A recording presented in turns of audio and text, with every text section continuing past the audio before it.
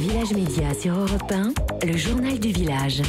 Qui démarre avec le son du jour. Et le patron d'Orange, qui était l'invité d'Europe 1 ce matin, on ne l'avait pas entendu depuis la fin du conflit avec TF1.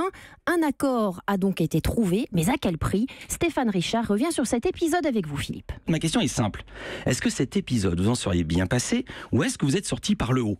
Autrement dit, est-ce que vous avez obtenu mieux que ce que vous aviez précédemment, ou est-ce que vous avez laissé des plumes dans l'épisode? Oui, on a laissé des plumes dans l'épisode. Est-ce que je m'en serais bien passé? Oui, bien sûr. On est quelque part entre l'historique, à peu près au milieu, et ce que TF1 souhaitait. Alors, c'est-à-dire entre 1 et 20, donc ça fait 10, quoi. 12 à 15. Autour de 10. C'est vous qui le dites. 10 Patrick dit 10. Non, moi je confirme pas, hein. Je vous entends. On n'en saura pas plus, et là on va vous donner les chiffres. On vous avait promis les chiffres du foot, les voici. Les chiffres du match Nice-PSG qui a battu tous les records d'audience pour un match de Ligue 1 en Chine.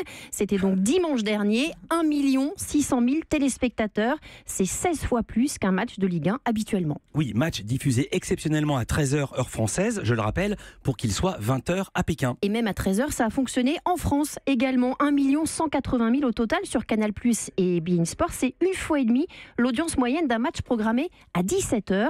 De quoi faire réfléchir les instances du foot français qui n'excluent pas de rediffuser des matchs à 13h. Un fauteuil pour 6. 6 candidats à Radio France. La liste a été dévoilée hier par le Conseil supérieur de l'audiovisuel. Je les cite. Jérôme Batou, qui est directeur général de Publicis Média. Bruno Delport, qui est directeur de la radio TSF Jazz. François Desnoyers, ex-directeur des antennes de Radio France.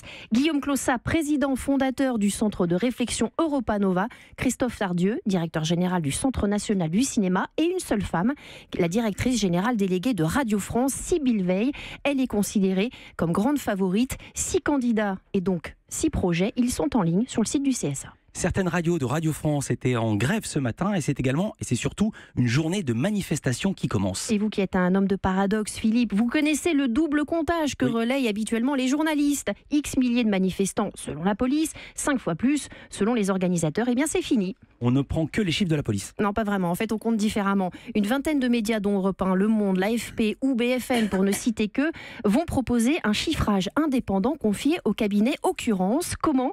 Eh bien, grâce à des capteurs qui sont disposés sur le parcours de la manif, des capteurs qui tracent une ligne virtuelle sur la rue. Chaque manifestant qui franchit cette ligne est comptabilisé. On repère les têtes, évidemment, et on prend en compte les trottoirs, pas seulement la rue. Et ça a déjà été testé. Effectivement, en novembre dernier, lors de la manifestation parisienne anti-Macron, 40 000 participants selon les syndicats, 8 000 selon la police, 8 250 selon les capteurs.